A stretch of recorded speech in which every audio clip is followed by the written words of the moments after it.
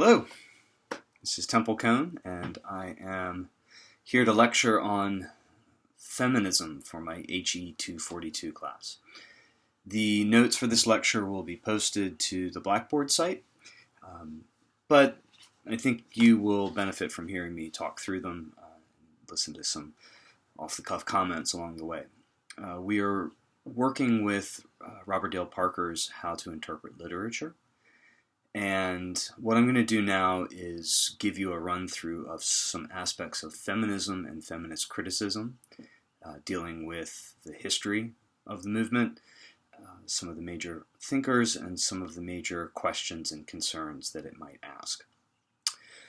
So the first question to start with is, what is feminism? And if we follow along with Parker, we can consider feminism a concept that is about taking women seriously in order to reverse the pattern of not taking women seriously, which is what Parker calls misogyny, and the cultural history and practice of centering on men, which is what Parker calls the patriarchy. Now, misogyny and patriarchy are two terms that get thrown around quite a bit in public discourse. They do have certain technical meanings as well, but I do think that Parker's way of defining these two terms is actually quite helpful. If we talk about feminism as a movement rather than as a concept, we start talking about the waves of feminism, the historical waves.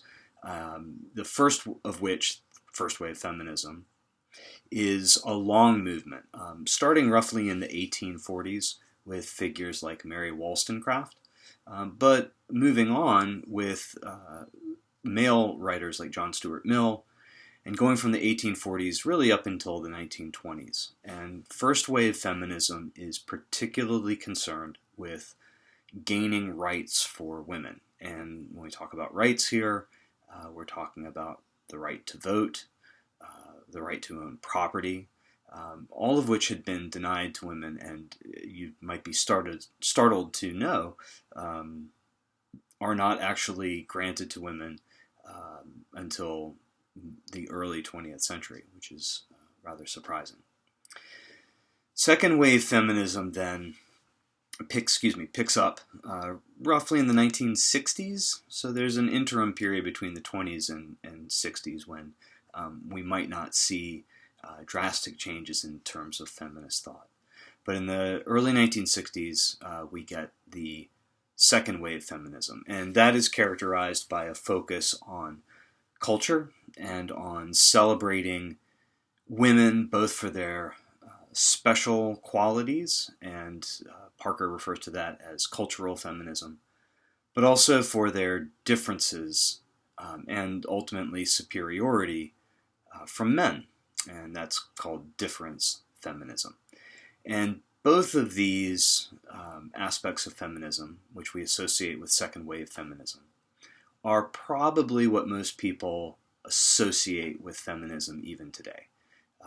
So when you start thinking of figures like Betty Friedan or Gloria Steinem, the images of bra burning, which actually apparently never happened, but became part of a public myth about feminism, a focus on sisterhood, etc. These are things that we associate with second wave feminism.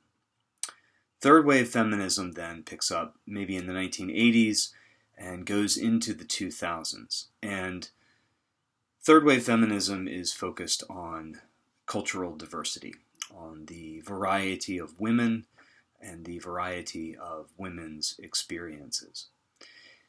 As we've been reading Parker, and you've been getting accustomed to terms like structuralism and deconstruction or post-structuralism, you might recognize a sort of anti-essentialist premise here, and that is definitely something that starts to emerge in third wave feminism.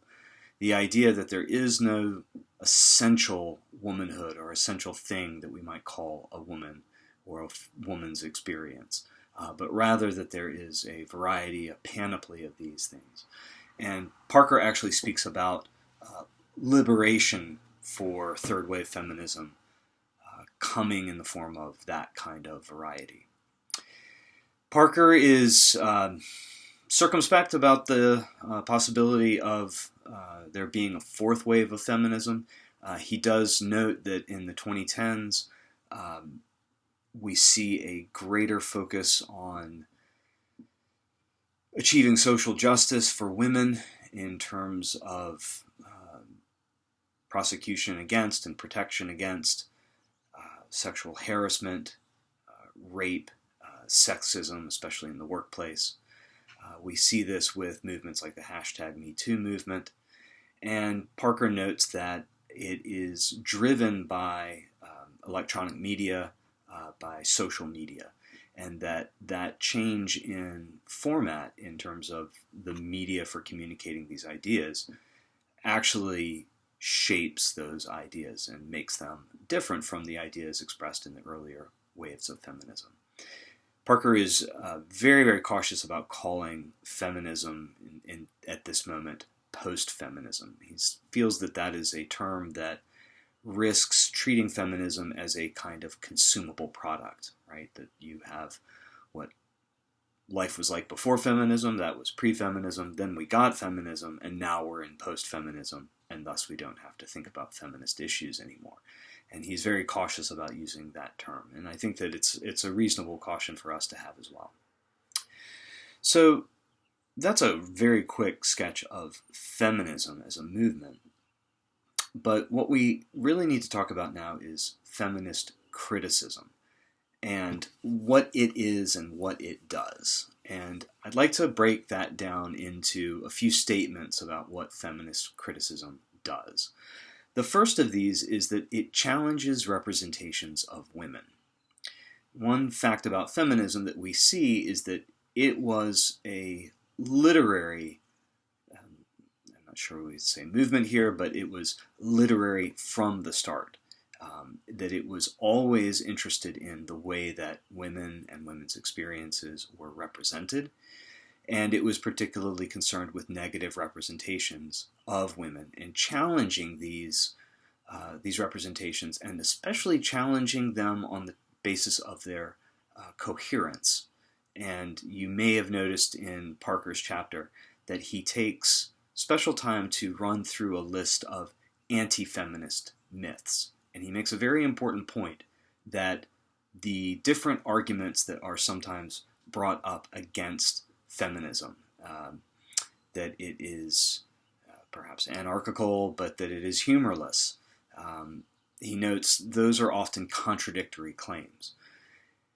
And I think that that's a very useful thing for us to consider as we think about the way that feminism is received within the broader society today.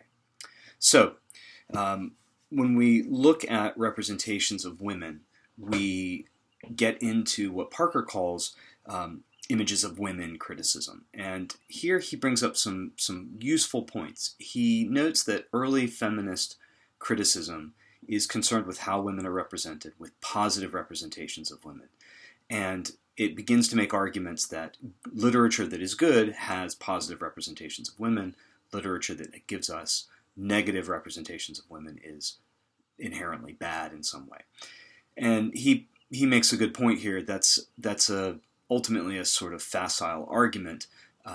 Given that you can have negative representations that serve positive ends, you can have positive representations of women that risk seeming like overcompensations. We're going to show women as the single best entities on the planet because we feel concerned that they won't be taken seriously otherwise. And so it's important for us to recognize that we don't want to fall into the trap of moralizing about literature. And that's something, if you remember from an earlier chapter on Parker, is characteristic of older criticism. So while we are interested in how women are represented, we have to remember to be sophisticated about about those questions of representation.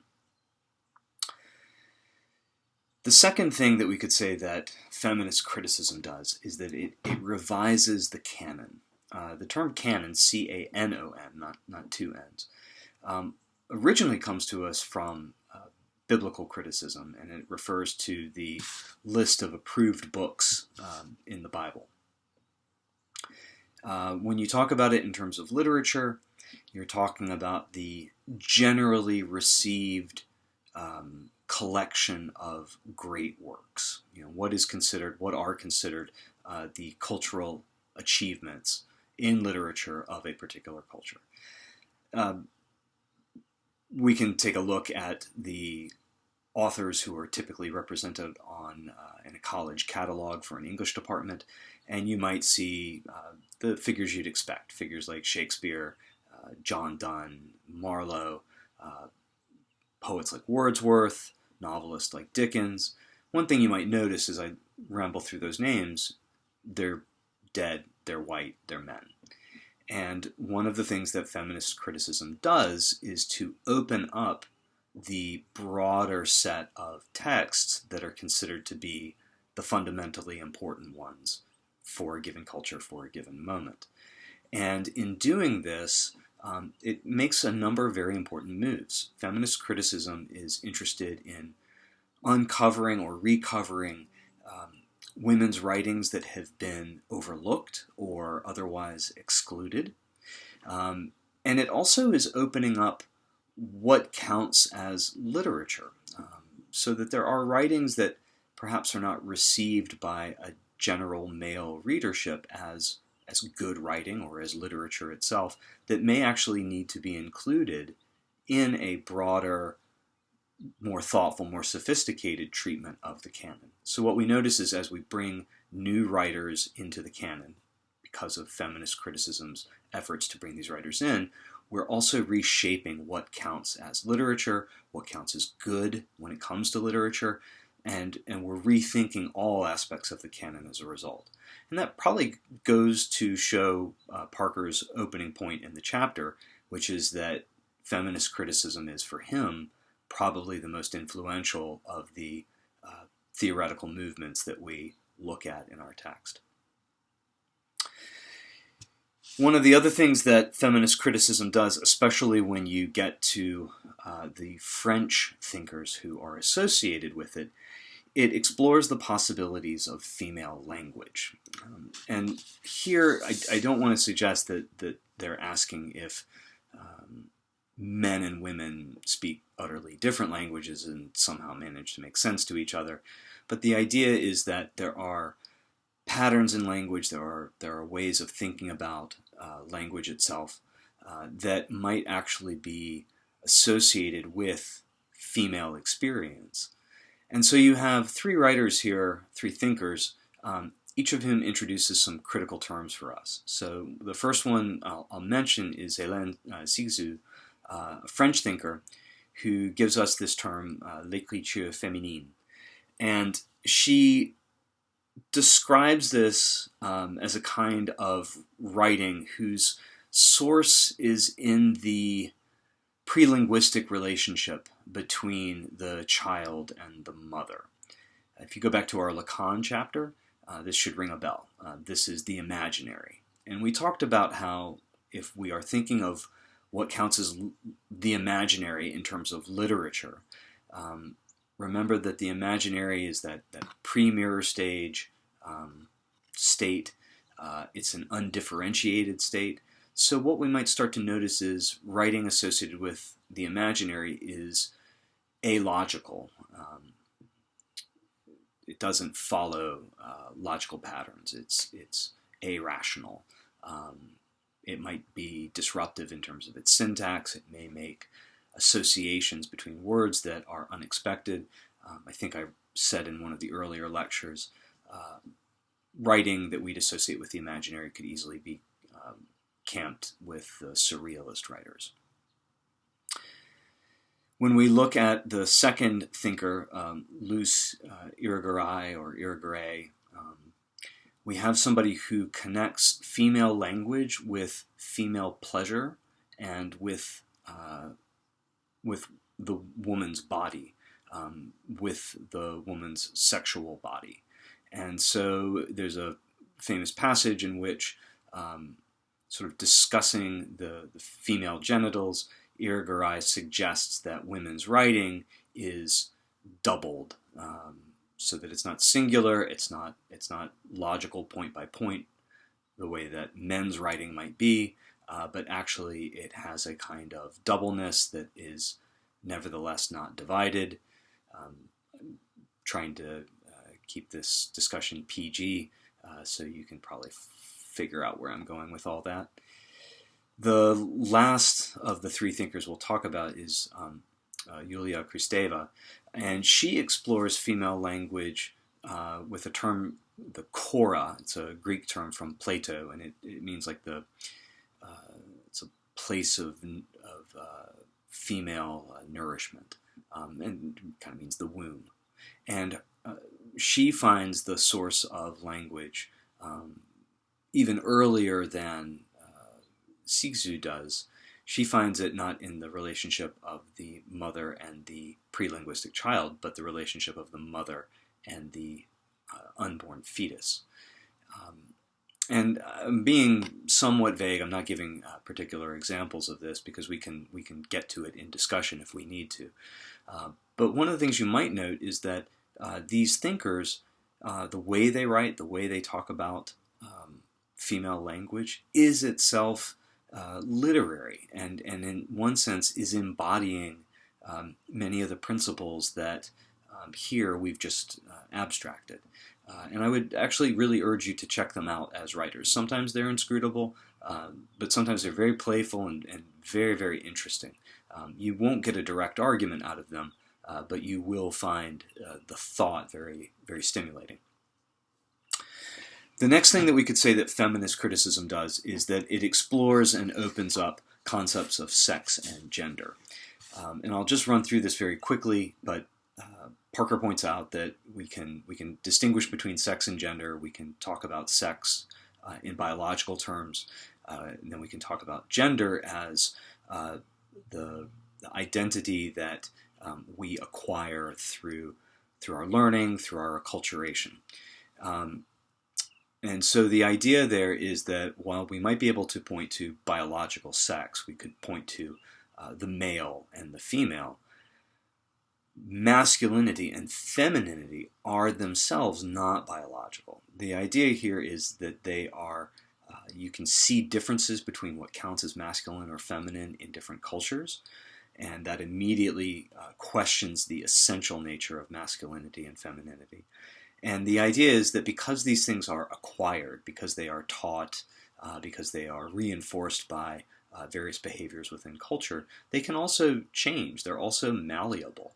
And feminist criticism opens up those possibilities and gets us to pay attention to moments when characters in a novel, for instance, behave in ways that don't necessarily line up with their expected gender roles.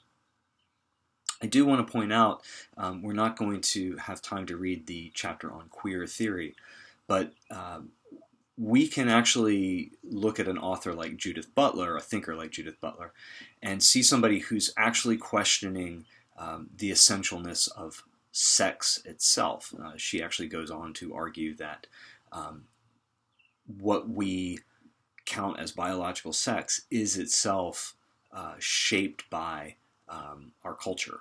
And we can talk more about this in class if you're interested, but Butler, who's a very challenging writer, offers some really interesting arguments about intersexuality and what that does in terms of questioning our firm notions of sexuality.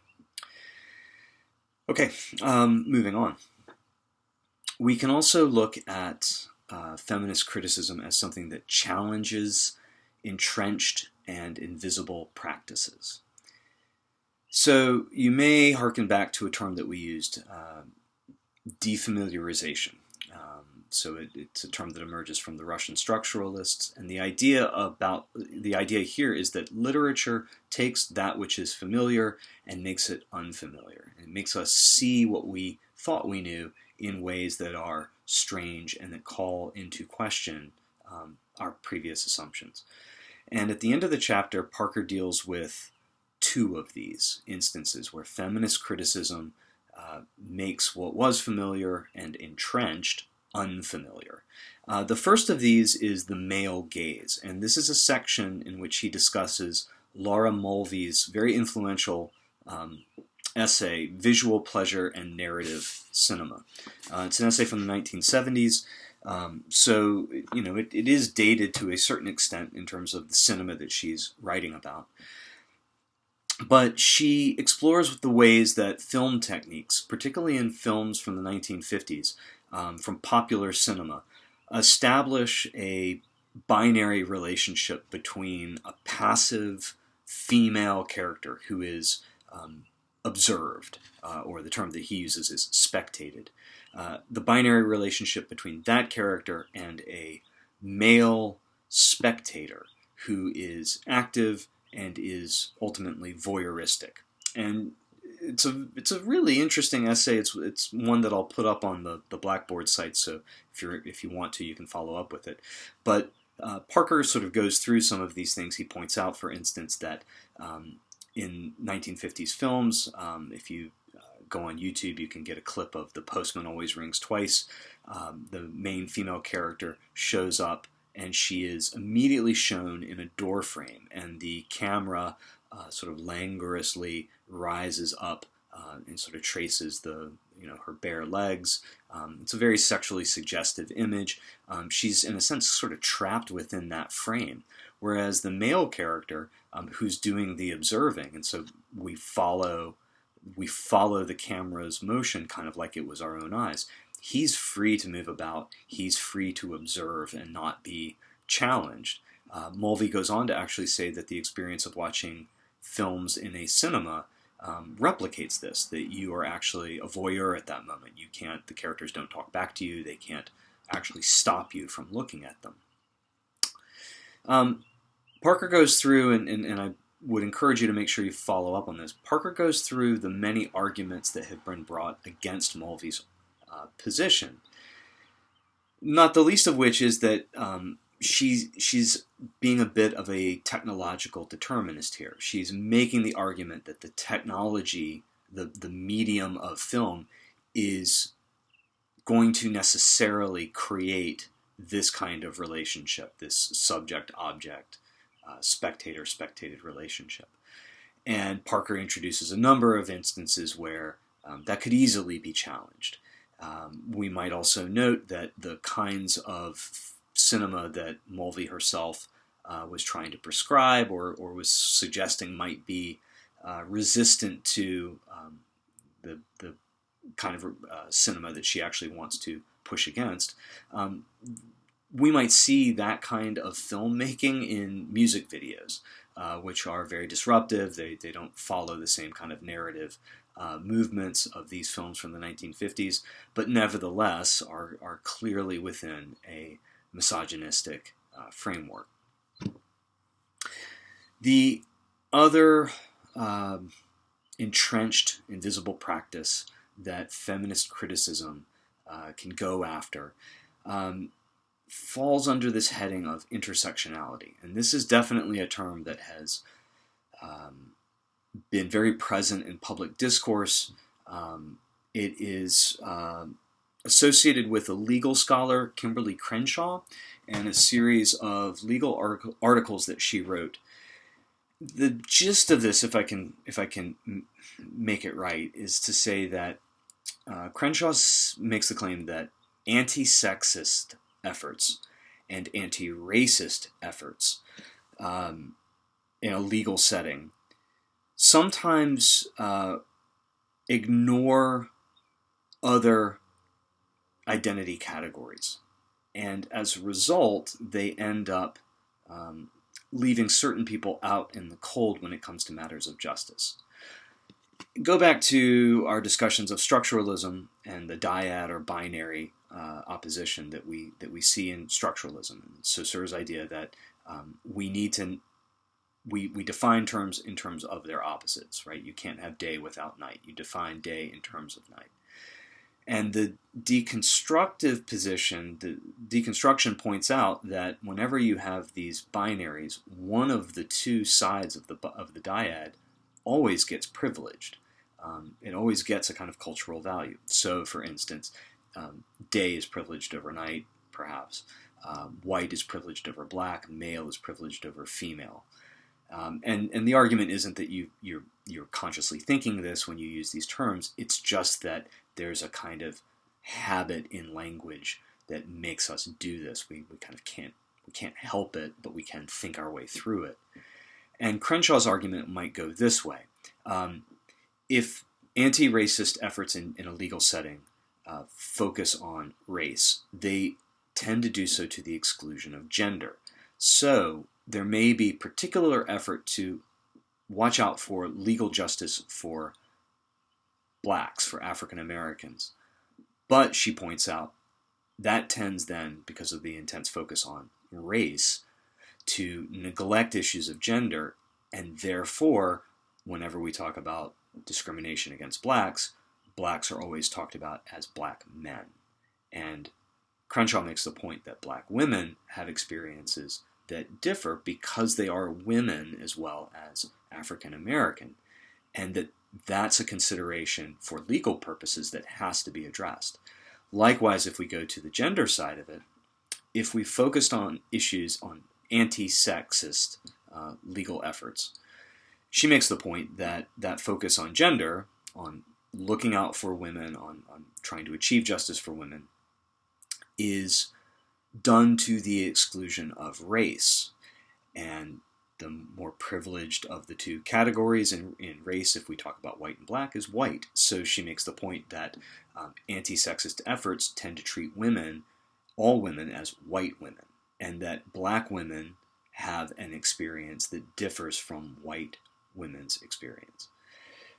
Now, that's not to say that any of these experiences are essential, but it is to point out, and I think it's a very live point, that our identities are composed of intersections of different identity categories.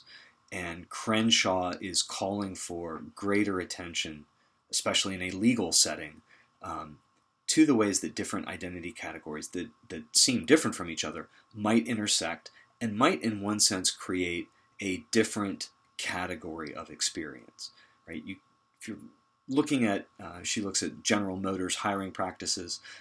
You can't just look at discrimination against black employees, because many of the black men might have actually been treated in terms of their hiring perfectly well. But black women, as she points out in this particular case, were hired late, and thus in the midst of layoffs, they were fired first, but they were hired late because of certain discriminatory policies against black women. Intersectionality obviously has become quite an issue publicly in terms of the political domain. It is worth noting that there is a possible problem with intersectionality, and that is that if you keep coming up with identity categories, there's no limiting factor on it. There's no moment in which we say you've parsed your identity down so finely that it no longer counts as a category. It's just a single instance. But that's not a particularly important matter. It's just something to note that all of these thinkers we're looking at, you can challenge all of them in valuable ways without rejecting them or without denying them. And I think that getting used to that is a very important point. I'm going to wrap it up here because I'm getting close to the 30-minute mark, and I promised not to make these lectures too long. I will post these notes on the Blackboard site, and at the end I'm going to give you a list of questions that a feminist critic might ask about a poem by Keats. These can be questions that you yourselves can use in any of the writings for this class. You can apply them to any of the things that we read, and they don't have to be applied just to the poems. They can be applied to a number of other things. That's a quick summary of some of the main points that I find in Parker's chapter. There's plenty of material left to discuss. We didn't get to talk about the Bechdel test, a number of other really interesting and cool points that Parker makes throughout. But this should be a pretty good introduction for you, and I look forward to hearing all of your comments during this week. Take care.